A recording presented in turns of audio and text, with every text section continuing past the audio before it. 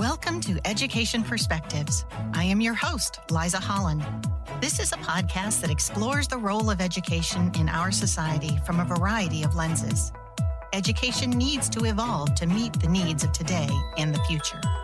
Solving such huge issues requires understanding. Join me as we begin to explore the many perspectives of education. Welcome, ladies and gentlemen, to Season 5 of Education Perspectives. We are delighted to be starting another school year. And today's guest is Dr. Demetrus Liggins, Superintendent of Fayette County Public Schools since 2021. A former English and ESL teacher, Dr. Liggins has served in nearly every role in education, from a classroom teacher to high school principal to area superintendent, across California and Texas. Before coming to Lexington, he led Greenville ISD near Dallas, where he transformed a struggling district into one with significantly improved academic and financial ratings, earning state recognition. Bilingual and deeply committed to equity, Dr. Liggins launched innovative programs like a citywide literacy initiative, a dual language track, a STEM academy, and an early college high school.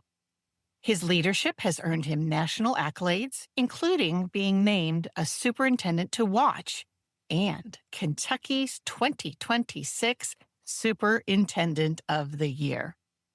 With advanced degrees in education and policy and a passion for student success, Dr. Liggins is widely respected for his results-driven leadership and deep investment in mentoring the next generation of educators. Dr. Liggins, welcome to Education Perspectives. We're so excited to have you. Thank you. I'm excited to be here. It's taken us a while to get here, but here we are. I knew it would eventually happen. I knew it would. So gearing up for a new school year, that's really exciting. Glad that you're able to be here and tell us a little bit about your thoughts. I want to kick you off with our question that I ask everybody is from a 30,000-foot view. Why do you think that we as a society need to be investing in education? That's a great question. And an investment in education is really an investment in our future. You know, I strongly believe that public schools are the heart of every community. It connects the strands that run through every family, every neighborhood, every organization, house of worship, workplace, industry, any community center, library, branch, YMCA, parks. No matter where I go, even currently here in Lexington, I encounter children who attended our schools, adults who graduated from our schools, families with children in our schools, and people with basic connections to our schools throughout their work, their service organizations, or they have relatives or they have friends. I've long believed that the public education school system is the key to a healthy, thriving community. And as our school system goes, in most cases, so does that community. And for most students, education is their absolute best chance that they have changing their trajectory of their lives. But in some of our students, it's the only chance that they have. And I keep that in mind every single day. It provides our lifeline, if you will, to support our kids, provide them with some opportunities, a path to a brighter future that many of them can't even imagine on their own. And so it's something that we're responsible for as educators to provide. And I can say with absolute confidence, because I'm one of them, that if it weren't for education that I received and support from adults that I encountered while I was in school, I certainly would not be the superintendent of the second largest school system in Kentucky right now. A little bit about me. I was the second child born to an unwed teenage mother. We lived with my grandmother, who worked as a hospital housekeeper. She was widowed. And while my mom later in life became a bus driver and a custodian for the school system, and although I was an excellent student and made excellent grades, no one in my family had ever gone to school or gone to college. And the only thing I knew was that college was expensive and we couldn't afford to go. And so if not for a counselor that I happened to have encountered my spring semester of my senior year that really took an interest in me and helped me get to a point to where I was able to get a full ride scholarship to Fresno State in California, I wouldn't be where I am today. You know, that's the power of education, the people. It's And so schools aren't just places where kids go or have to go by law. It's a place where they can discover their unique gifts and their talents, and they can identify the next steps. They can dream. That it really gave me an opportunity to dream a public education system and gain experiences and competencies that I wouldn't have had unless I had the experience of a public education. I also think education fuels our economy. It develops future entrepreneurs, business leaders, and inventors. It's something that we focus on through our career and technical education systems, but also those soft skills, if you will, which are really necessary skills. Those things come by just interacting with others, a variety of people that you normally wouldn't interact with. It's our job as educators to create the next generation of voters, of leaders, of citizens, and really help them to learn to think critically and respect the differences of other people and perspectives of folks around the world that may not necessarily look like them or speak the language they speak, but understand that those two are people that we have to work with and we have to learn to get along with. And in many instances, we have to learn to collaborate with in order for the success of all of us. I think when our schools thrive, our communities become more connected, resilient, and ultimately more vibrant. I'm reminded, actually, I would end with this. There's a comedian, Gilder Radner, I think is her name. And she once stated that having children was the ultimate act of optimism. And I tend to agree with that. But I'd go a step further. I'd say that investing in education is the ultimate act of patriotism because it really helps secure a better future for every family, every corner of our society. And it's an investment in ourselves, really, as a society. So that's my 30,000-foot view, if you will. Good answer. And boy, you have quite lived the American dream in many instances, coming from that kind of background. I may already know the answer based upon that, but tell me, what made you choose education as your pathway? You've done a little bit of everything in education, chief cook and bottle washer. Yeah. I started out as a classroom teacher and went into campus administration and then central administration and then the superintendency. But my grandmother, who I mentioned earlier, I grew up with, one of her prized possessions were a set of encyclopedias. And we couldn't afford much at all, but she had bought a prize set of, and had a place of honor at the end of the hallway on the bookshelf. And grandma, like most grandmas are, she was quite lenient with grandkids and what we could do, but not with her encyclopedias. They were serious business. And it was something we didn't play with. And I just remember them filled with such beautiful photographs and knowledge. And these encyclopedias and she used to get upset when I would say this to her, but they were almost as sacred as her Bible. That one of my first memories was actually her reading. There's a children's Bible she had that she would sit with the grandkids and she'd read. We'd all gather around her and they had pictures. But I remember sitting on the chair, leaning into the pictures and really hanging on to every word, even from a young age. I just possessed an insatiable curiosity and constantly wanted to understand more about the world around me and found immense joy in discovering new concepts, learning new things, acquiring new knowledge. And I remember my grandma's living room had pictures. When you'd walk in, there were pictures. She had 6 kids. And they all had graduated from high school, from the same high school, Longview, Texas, Longview Lobos. And she had every single one of the pictures up there as a focal point in her room. And it was just something that she just instilled in her that education could change your trajectory. It could change your life, it could change your circumstances. Now, she only had a 9th grade education, but she was still to this day the smartest woman I know. And I could just imagine if she had not been a Black woman born into poverty herself, what she could have accomplished if had been given more opportunities. I give all the credit to why I became an educator to her. I knew from an early age that education was important and it was something. And so main goal in life was to make her proud. And going in education, I knew do nothing better than that to make her proud. So that's ultimately how I got into it and why I chose this path.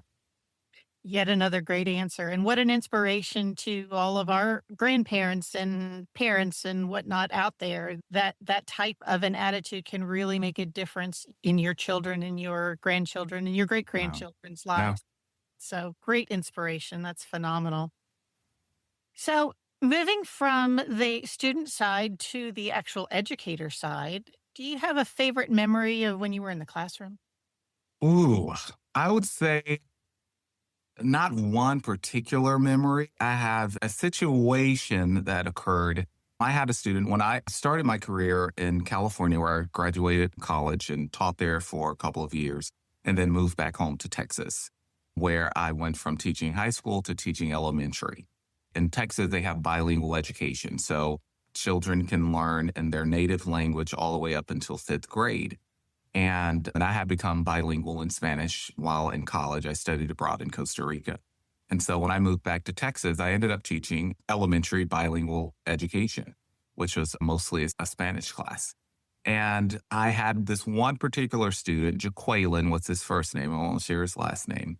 And most of my students, they were from Mexico and Central America, or their families were, and their home language was Spanish. Alan, as you can probably imagine, does not sound like a Spanish name because he was not Hispanic or spoke Spanish. But I was the only Black male teacher on campus. And Jaqueline was a student that really needed a male role model. He had been gone from classroom to classroom trying to find the right fit and just couldn't find his fit. So Jaqueline ended up in my class with 20 students, 20 Spanish speaking students, and Jaqueline. And I will tell you, Jaqueline was quite the challenge, not just because, first of all, he's sitting in a classroom where most of the instruction is done in Spanish, and I did all I could to try to, because the ideal was to get all of the kids to transition ultimately to English. And so it was a bilingual classroom, if you will. But I took great pride in taking Jaqueline to the side, working with him, and giving him some individual attention, and also just by being a role model in general. And Jaqueline ended up finishing the school year, doing quite well, although I think I aged about 10 years in that one school year with Jaqueline.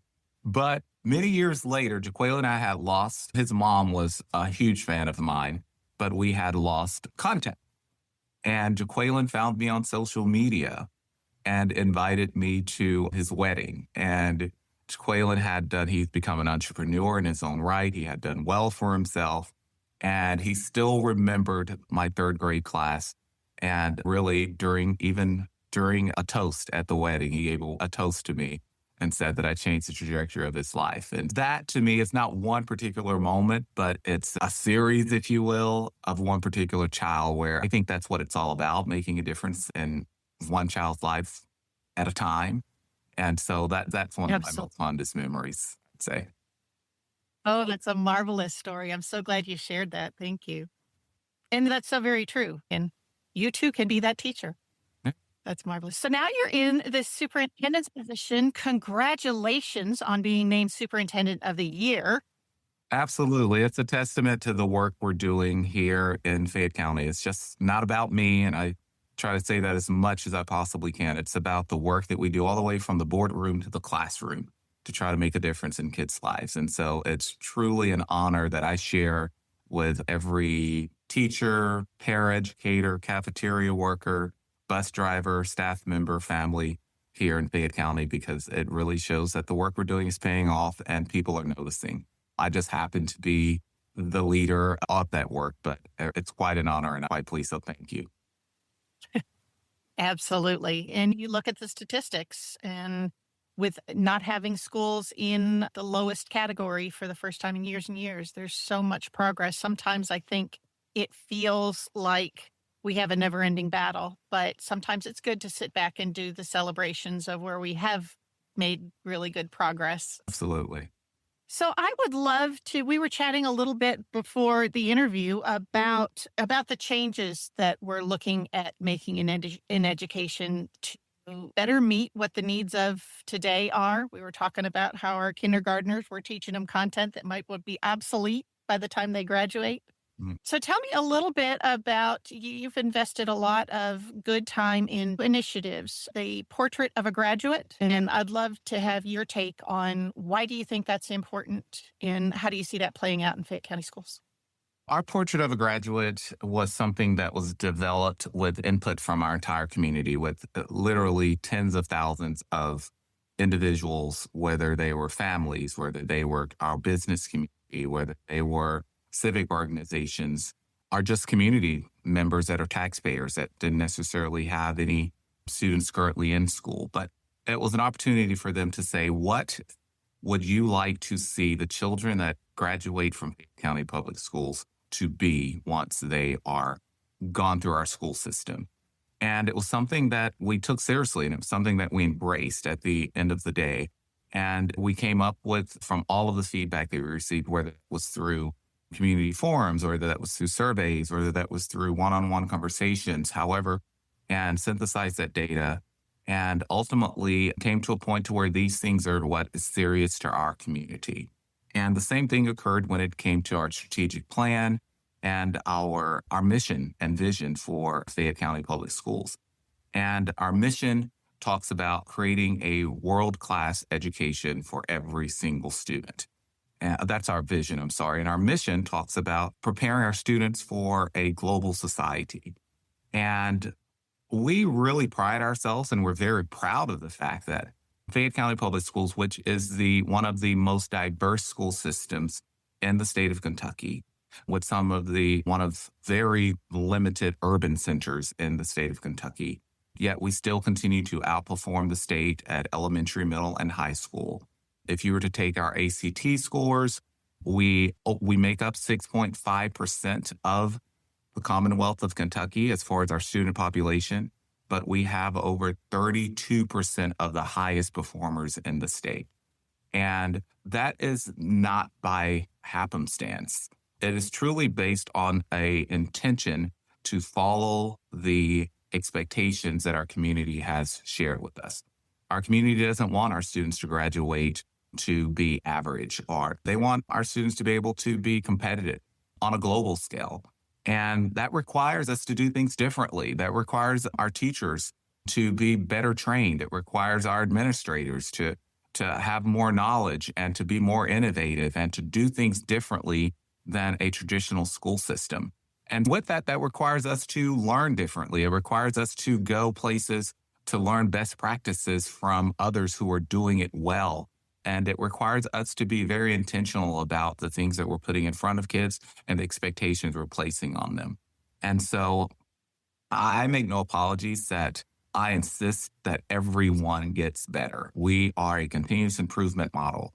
That means that we have to be better today than we were yesterday, even if it's by just a small smidget, because as you continue on that trajectory, not only are we getting better as educators, we're preparing our students to be better each and every day. And as you can imagine, the accumulation of that knowledge and that training and learning really makes a huge difference. And we're seeing it in the data. And so you mentioned earlier that we have 0 schools that are in school improvement. There's no coincidence that's occurring after we've been very intentional about investing in our own learning. And I often will tell my staff that it is just as important for a custodian, a cafeteria worker, a teacher, or a superintendent to learn to grow as any other position. Not only do you have a responsibility to continue to grow, you have a right to grow. And I couldn't say enough about the importance of our people having opportunities to grow, having opportunities to learn from experts around the nation and in some cases the globe. And we're really excited about the outcomes for kids that is a result of that. I'm really glad that you brought that up because it's amazing to me what winds up in the media and is a focus and that sort of thing. And I'm not sure that people really think about how important it is for our educators to be continually learning, to be out there making sure that we know what's happening, for yourself to be out at conferences worldwide, to know what the expectations are, how things are changing so that you can bring that back to our district to infuse that learning here in Lexington so that our kids can be world class. Yes. Professional development is one area that I think it's so important for us to invest in, especially because realistically, we are starting to change how teachers need to teach. We need to inspire these lifelong learners. And the only way we can do that is to give students more agency. And that means the teacher needs to take more of a coach role, right? And so I really wish that everybody in conversation would talk about how important it is for us all to be lifelong learners. Absolutely. Leading by example and making sure that if we can't expect our students to get better if we're not getting better. And so it is critical for us to be able to do that. And Fayette County is unique in Kentucky. There's plenty of things we learn in Kentucky, plenty of webinars we take advantage of, but there's not any place in Kentucky that looks like Fayette County. It's very unique. And so we are members of the Council of Great City Schools, which have some excellent professional learning opportunities that we take full advantage of, that really works with school systems across the nation that are urban centers and have the challenges that exist in Fayette County. And we continue to work through all of those in different organizations that provide other professional learning experiences so that we can get the best and bring it back to our students. And many of those are train the trainer models. And so people will go someplace and come back and train the rest of us. And it's to really ensure that we're spreading the wealth, if you will. Absolutely. So we have talked about a lot of the great and amazing things that are happening, but the world of education is a bit of a challenge right now. Yeah. Tell me about what you view as our biggest challenges at this point. In every school system where I've had the privilege of working, I've always believed that the most pressing need is to increase student outcomes. As a district, again, our mission is to ensure that all of our students achieve at high levels and graduate to excel in a global society. So my primary concern is always and will always be student learning. And I want to be clearly, so when I talk about student outcomes, I'm not talking about a test score or a report card grade. In Fayette County, we pride ourselves in providing a world-class education to very intentionally designed to address the needs of the whole child, from preschool all the way through high school. And that means challenging core curricular classes that support cutting-edge instructional materials are included. One-on-one technology is something that we've done. We have a robust fine arts programs. We have PE in every single school. And so we offer a full complement of academic and co-curricular activities and classes that really offers our students avenues to discover and cultivate their gifts. And we're excited that it's something that we encourage creativity. We encourage imagination and intellectual curiosity. But in addition to traditional classroom and neighborhood schools, here in Fayette County, we also have developed 34 unique innovative programs. It's a mix of magnet programs to gifted and talented programs, special programs for students that are gender specific. And this is offered kindergarten through 12th grade. And it's really designed to meet the diverse learning needs of our students. The challenges educational programs provide, the challenges that they help us overcome is the fact that every child is unique. And one of the things that we want to make sure that we're doing, providing a variety of academic, social, emotional, and behavioral needs. And those offerings really help us do what's best for what's needed for the individual child. We tell our families that our neighborhood schools are great options. We have phenomenal neighborhood schools that offer a variety of experiences to our kids, learning experiences, and prepare them very well. But you also have options to go to other programs that may be very unique for your child. Anyone that has more than one kid realizes that not one of them are the same. And I know I was speaking with the family a couple of weeks ago, and they were talking about they really wanted something unique for their one kid. They had 4 kids, and they were really looking for something for this child who was very artistic and very much always singing and dancing and drawing and just really, and they're like, we don't know where he got it from. The parents were saying, it certainly didn't get it from us. We have no creativity at all. But they were saying, well, we're looking for something to where our kid can thrive. in that environment. And so we talked about some of the options that they had. And it was something that was very pleasing to them. And they were saying, our other kids are doing great and thriving and being very successful in our traditional neighborhood school. But we're going to try to take our other kid to this school here. And so the challenge, I believe, is in education, we need to create an environment where it's not a one size fits all. We're fortunate here in Fayette County that we have a large school system and we can offer different things.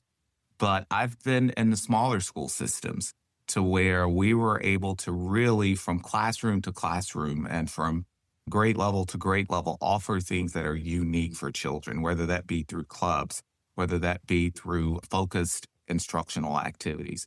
And so I think one of the things that we certainly need to, the challenge that we have currently in education is making sure that we're preparing students not only for a future that doesn't yet exist, but we're doing it in a way that's engaging to them. We're doing it in a way that they're excited to learn and they're excited to grow and they are having an opportunity every single day to do something that they love. One of the things that we've gone wrong previously, and I did this as a principal, so it's certainly no criticism. We learn and we grow. When we had kids, if you struggle in math, we gave you double math so that you could really get more math. Or if you struggled in reading, we gave you double reading. And to get that double, we took out something of your schedule that you may have loved. You may have chosen that I want to be in a PE, I won't use PE as an example. I want to take a music class. But in lieu of music, because you struggle in math, we're going to put you in more math. And kids went every single day doubling down on something that they struggled in and never had an opportunity to thrive at one point during the day. And then we wonder why kids get burned out. We wonder why our graduation rate isn't growing as much as it could be. And it's because I think every kid deserves something every single day that they can say, I'm good at this and I enjoy this. And obviously we do have to take care of those students that are struggling in core academics. That's important. But we can't throw the baby out with the bathwater, if you will, and just take away any of the fun and the things that really connect our kids to their schools. There's very few kids that get really excited about algebra and say, I can't wait to get to algebra class. And there are some kids like that. Don't get me wrong. I certainly was not one.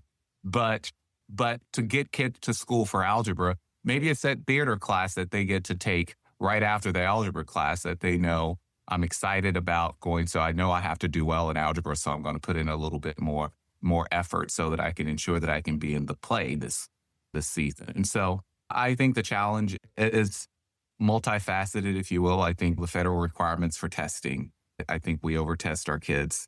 I think we don't provide enough opportunity for our kids to have experiences where they thrive every single day and do something they enjoy. And I also think just the technological society we're in right now and the advancement and how quickly it's going. Again, we are teaching kids things that for jobs that doesn't exist yet. We're teaching them for experiences that we can't fathom or even imagine will happen. And it's important for us to also teach those skills that are necessary, that are transferable from whatever job you may end up doing. These are skills that we know as human beings are important because we know we're going to have to work together and we're going to have to work across the aisle. Tell me about what would you wish that decision makers could know about education? And you can define that however you want to. It could be legislators, could be voters, could be whoever. And if you would, thank you for allowing me the flexibility. I would really like to reframe that question and say, because I've had the fortune of really sharing my thoughts directly with many decision makers. And I will say I've enjoyed candid conversations at every level of the government. But instead, I would like for everyone to know that our goal really for our children are more alike than they are different. I believe when we set the rhetoric aside and we find common ground to build solutions on that foundation, public schools are really places where people of all walks of life with the myriad of lived experiences come together. And it's been my experience that regardless of race, background, political party, religion, their socioeconomic status, their occupation, their language, their immigrant status, everyone wants what's best for the children that they love. And that doesn't mean that we won't have disagreements. But when we keep different and difficult conversations centered on the values of that we all share, it's easier to find consensus. And I believe that from external forces trying to divide and to distract us from what really matters, we need to focus more on, instead of statistics and quoting statistics and all of that, we need to realize that 100% of our students are our students, regardless of where they come from, regardless of how they got here, regardless of the language they speak, regardless of they're rich or poor or somewhere in between. They're all capable and they're all deserving of success. And if we use that as a foundation, I feel that everyone can agree that, okay, now what do we do moving forward? Now that we all can agree, this is a true statement for everyone in the room and everyone involved. Nice. That is a great answer. Thank you so very much. Thank you. And I really appreciate you taking the time. I know lots going on right now in your world, but I wish you a fabulous kickoff to the fall semester. And thanks so much for being a part of Education Perspectives. Thank you so much. I enjoyed it. You made it very easy. Thank you so much for listening to this episode of Education Perspectives. Feel free to share your thoughts on our Facebook page. Let us know which education perspectives you would like to hear or share. Please subscribe and share with your friends.